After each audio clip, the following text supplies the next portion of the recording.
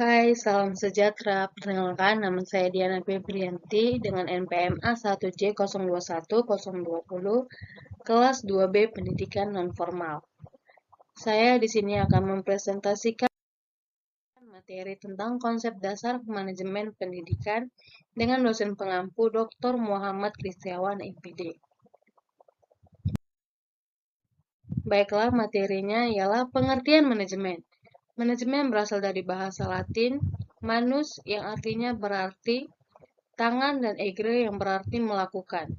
Kata-kata ini digabung menjadi manajer yang berarti berurusan dengan sesuatu, atur, lakukan sesuatu yang kamu inginkan dengan memanfaatkan semua sumber daya yang ada.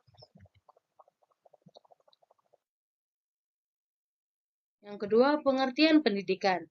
Pendidikan secara sistematik berasal dari bahasa kata Yunani paidogogia berarti pergaulan dengan anak-anak. Pedagogos adalah nelayan atau bujangan di zaman Yunani. Pekerjaan orang dahulu adalah mengantar anak-anak ke sekolah. Selanjutnya, pengertian manajemen pendidikan.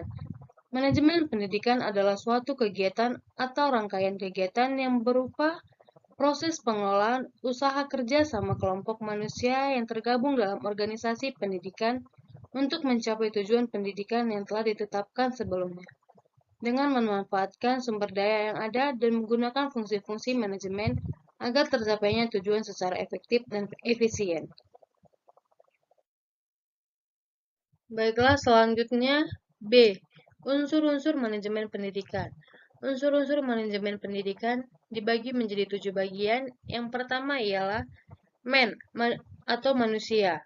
Berperan sebagai manpower dalam organisasi atau perusahaan, diperlukan untuk memimpin atau menggerakkan karyawan dan bawahan, serta memberikan tenaga dan pikiran untuk kemajuan dan konstitusi lembaga.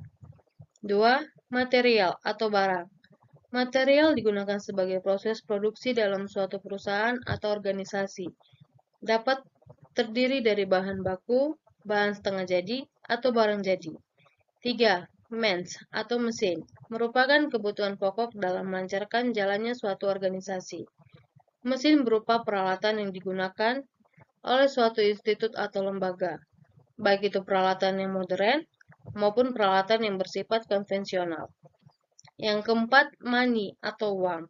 Money atau modal dibagi menjadi dua, yaitu modal tetap berupa tanah, gedung atau bangunan, mesin, dan modal kerja berupa kas atau piutang. 5. Metode atau metode. Pemilihan dan penggunaan metode yang tepat digunakan sebagai aturan atau cara-cara tertentu yang bertujuan untuk menghindari terjadinya inefisiensi dan pemborosan. Yang keenam, marketing atau pasar. Adalah tempat bertemunya penjual dan pembeli untuk mengadakan transaksi dalam lembaga pendidikan. Market berupa tempat terjadinya interaksi antara pendidikan dengan peserta didik, maupun dengan pendidik dengan pengajar. Yang ketujuh, minute atau waktu. Merupakan waktu yang dipergunakan dan dimanfaatkan dalam mencapai visi dan misi suatu lembaga secara efektif dan efisien. Selanjutnya, C. Tujuan dan manfaat manajemen. Tujuan manajemen pendidikan adalah terciptanya perencanaan pendidikan yang merata, bermutu, relevan, dan akuntabel. Meningkatnya citra positif pendidikan, teratasinya mutu pendidikan karena masalah mutu disebabkan oleh manajemennya. D. Pembagian manajemen dibagi menjadi 3 bagian. Yang pertama, manajemen puncak, yang disebut juga dengan manajemen instruksional, terdiri dari dewan direktur, direktur utama, dan tugasnya mengembangkan rencana-rencana yang luas untuk lembaga dan mengambil keputusan-keputusan penting. Yang kedua, manajemen menengah, yang disebut juga dengan manajemen administratif, terdiri dari pimpinan pabrik atau para manajer. Tugasnya bertanggung jawab untuk mengembangkan rencana-rencana operasional yang lebih luas dan menerapkan rencana yang disebut oleh manajer puncak.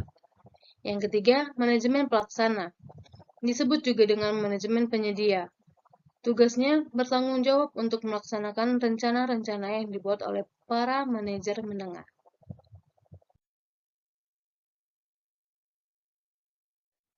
Baiklah, materi selanjutnya komposisi keterampilan manajemen. Yang pertama ada keterampilan teknik, merupakan kemampuan untuk menggunakan alat-alat, prosedur, teknik suatu bidang, khusus ahli bedah, teknik pemusik, atau akuntun. Yang kedua, keterampilan manusiawi. Keterampilan manusiawi merupakan kemampuan untuk bekerja dengan orang lain, memahami orang lain, dan mendorong orang lain, baik sebagai perorangan maupun kelompok. Yang ketiga, keterampilan konseptual, yang merupakan kemampuan mental untuk mengkoordinasi dan memadukan semua kepentingan dan kegiatan organisasi yang meliputi A. Melihat organisasi secara keseluruhan, dan B. Memahami perubahan pada setiap bagian yang mendapat pembaharuan organisasi. F. Ruang lingkup manajemen pendidikan. Menurut Bahrudin, ruang lingkup manajemen pendidikan dibagi menjadi 8, yaitu manajemen kurikulum, manajemen personalia, manajemen peserta didik, manajemen sarana dan prasarana, manajemen keuangan atau pembiayaan, manajemen administrasi, manajemen humas, dan manajemen layanan khusus. G. Prinsip-prinsip manajemen pendidikan. Yang pertama, prinsip pembagian kerja. Yang kedua, prinsip wewenang dan tanggung jawab.